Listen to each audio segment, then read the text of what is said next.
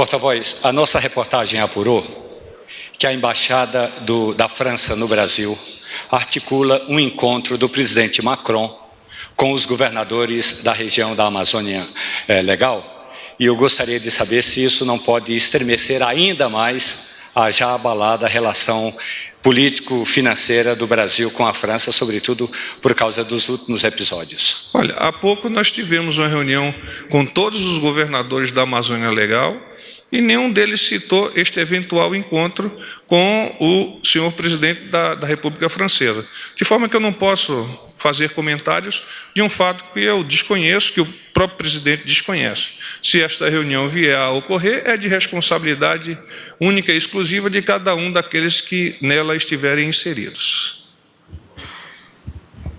Oi, porta-voz, Jussara Soares, repórter do Jornal o Globo. Tudo bem, porta-voz?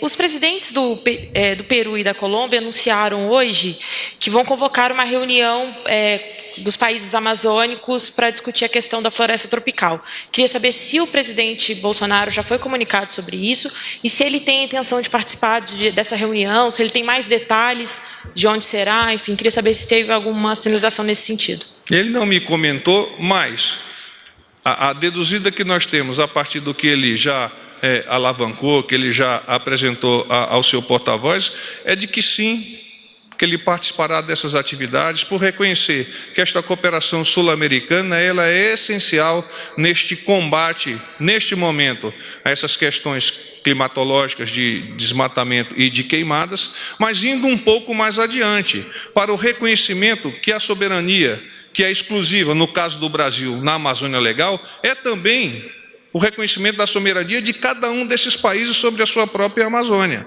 Quem tem que responder pela soberania desses países é cada um deles sobre o território que lhe compete. E ninguém de fora há de querer promover soberania onde nós já a temos.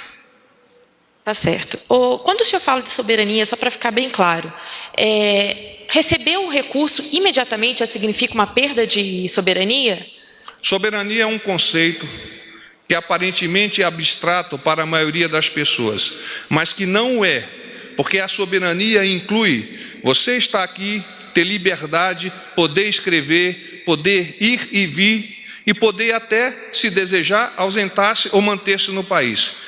O que está dentro de um território que é definido historicamente é parte da responsabilidade de todos nós na sociedade. Isso é a soberania. Então, a partir desse conceito de soberania, as decisões que são emanadas do Poder Executivo, mas não exclusivamente do Poder Executivo, hão de estudar quais são as condições, quais são os eventos, quais são os limites para aceitação ou não de determinadas cooperações. Disse também que o presidente está aberto a receber esses recursos. Como que isso, mais recentemente, teve a questão com a Angela Merkel, com a Noruega. Isso é um recuo do presidente? O presidente, ele tem um estudo continuado de situação e é assessorado pelos senhores ministros, cada um dentro do seu, naquela forma normal e jovem de falar, cada um dentro do seu quadrado, naquilo que compete a cada um dos ministros, e o presidente captura essas informações. Não existe da nossa expressão de opinião recuos do presidente. O presidente ele não recua, ele avança em direção ao bem-estar da nossa sociedade. Certo. Agora, juro que estou terminando.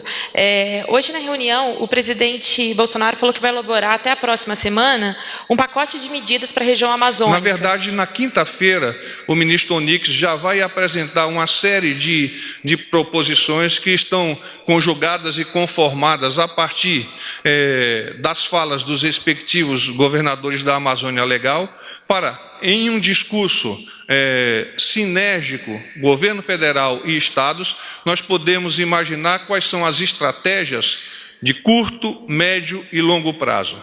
Porque, como foi dito na própria reunião, e é preciso que isso seja reforçado junto à opinião pública, os incêndios e as queimadas de agosto, setembro de 2019 ocorrerão com maior ou menor intensidade em agosto e setembro de 2020 e assim sucessivamente.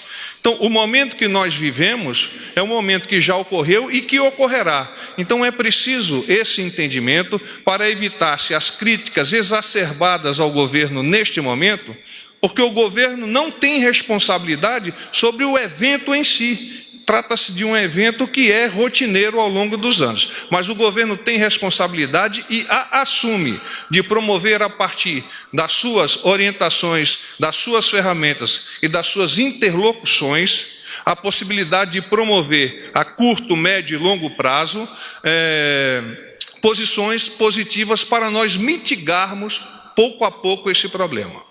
Tá bom. Por fim, o presidente vai participar da Assembleia da ONU. Eu queria saber se o senhor já tem uma agenda detalhada. Eu vi a tua pergunta, nós ainda estamos fechando a agenda. Ainda não está fechado exatamente? Não, ainda não.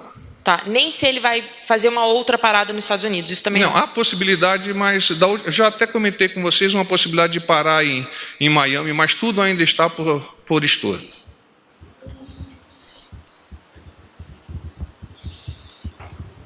Boa noite, porta-voz, Manuela Albuquerque. Tudo bom, Manuela? Tudo bem, você? Desculpa insistir na pergunta, porta-voz, mas é que realmente não ficou claro. Essa aceitação dessa verba do G7 está ou não condicionada ao pedido de desculpas do Macron? E eu queria saber, se o senhor puder, por favor, responder sim ou não, ou se está em aberto, está sendo avaliado pelo governo. E eu queria saber também se está relacionado ao G7 esse comentário de que o Brasil, caso receba ajuda financeira, deve gerenciar com autonomia esse recurso.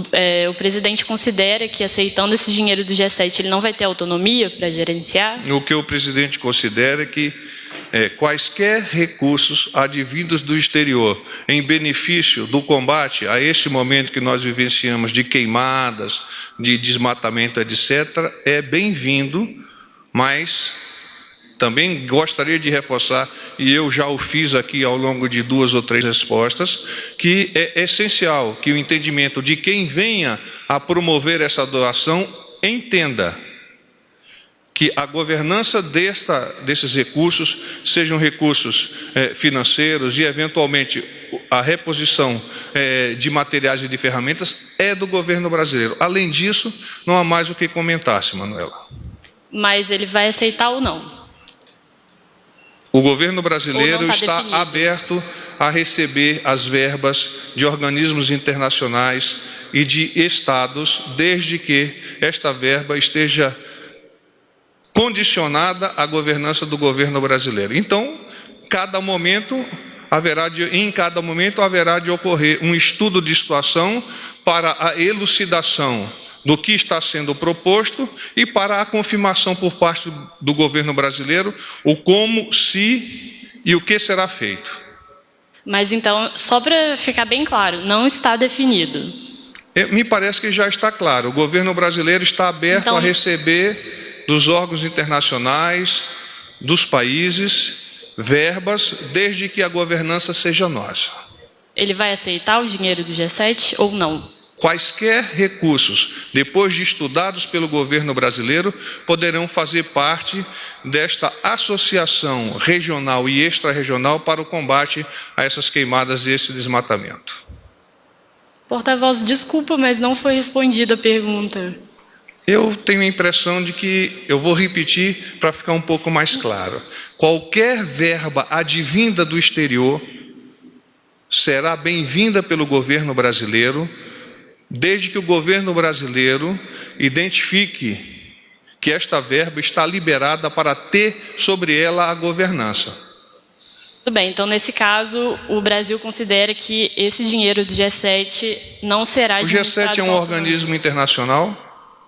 É um organismo internacional, e eu já citei a palavra organismo internacional numa das minhas respostas, Manuela. Muito bem. Mas é que você quer que eu diga que o governo brasileiro receberá o dinheiro do G7, é isso? Sim.